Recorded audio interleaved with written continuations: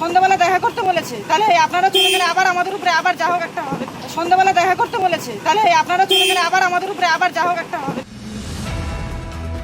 সন্দেশখালী ফিরছে তার চেনা চরিত্রে। ভোট মিটতেই ফের অশান্তির অভিযোগ, দেওয়া হচ্ছে প্রাণে মারার হুমকি। গতকাল রাতে সন্দেশখালীর পোড়াকাঠি এলাকায় বিজেপি কর্মী কৃষাণু গায়নের বাড়িতে হামলা চালায় তৃণমূল আশ্রিত দুষ্কৃতীরা। তবে পরিস্থিতি আঁচ করতে পেরে গা ঢাকা দেয় কৃষাণু। বিজেপি কর্মীকে না পেয়ে বাড়ির পাশে থাকা তার গাড়িতে ভাঙচুর চালায় দুষ্কৃতীরা। গাড়ি ফেলে দেয় পাশের পুকুরে।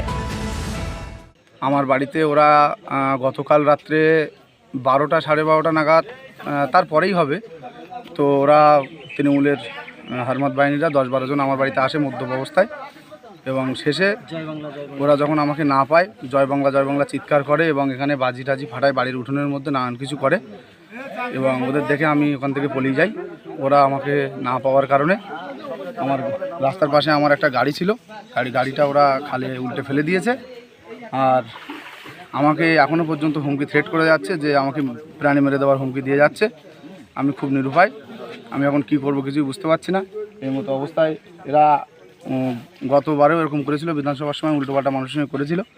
তৃণমূলের হারমাত বাহিনীরা এখানে খুব অত্যাচার করছে, আমার উপরে অত্যাচার করছে। শুধু আমি না, বাদবাকি আমাদের বুথে যে সমস্ত বিজেপি কর্মীরা আছে সকলের উপরে খুবই অত্যাচার করছে, বা সমস্ত অঞ্চলে ওরা অন্যরকমভাবে দাপিয়ে বেড়াচ্ছে, বা ওদের যে মেন্টালিটি, ওদের যে মানসিকতা, তাতে মনে হয় আমরা কেউ এখানে আর বেঁচে থাকতে পারবো না।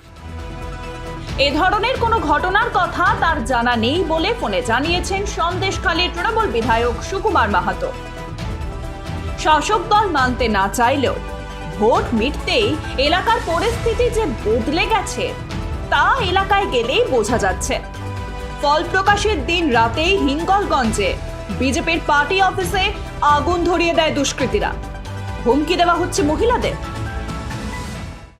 আমি জানি না, খবর পাইনি, জানি না বিষয়টা, আমি জানি না, খবর পাইনি, জানি না বিষয়টা। রেখা পাত্র হেরে যেতেই ফের স্বমহিমায় ফিরতে চাইছে শাহজাহান বাহিনী। পুলিশ সেভাবে তৎপর না হলেও আগের তদন্ত চালিয়ে যেতে তৎপর সিবিআই। এদিন বসিরহাট আদালতে যান সিবিআই আধিকারিকরা। সন্দেশখালীতে যেসব আগ্নেয়াস্ত্র ও নথি উদ্ধার হয়েছিল সেগুলি পেশ করা হয় আদালতে। কোর্টে সব কিছুরই বিচার চলছে। তবে ভোট মিটতেই অজানা আতঙ্ক কুড়ে কুড়ে খাচ্ছে সন্দেশখালীর বিজেপি কর্মীদের।